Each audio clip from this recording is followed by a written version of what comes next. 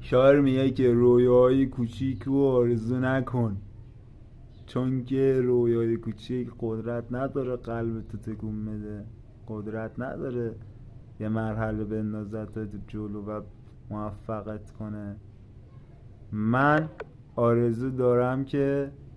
من رویام اینه که با تولید صوت یه بیگی بنگ دیگه واسه کره زمین ایجاد کنم،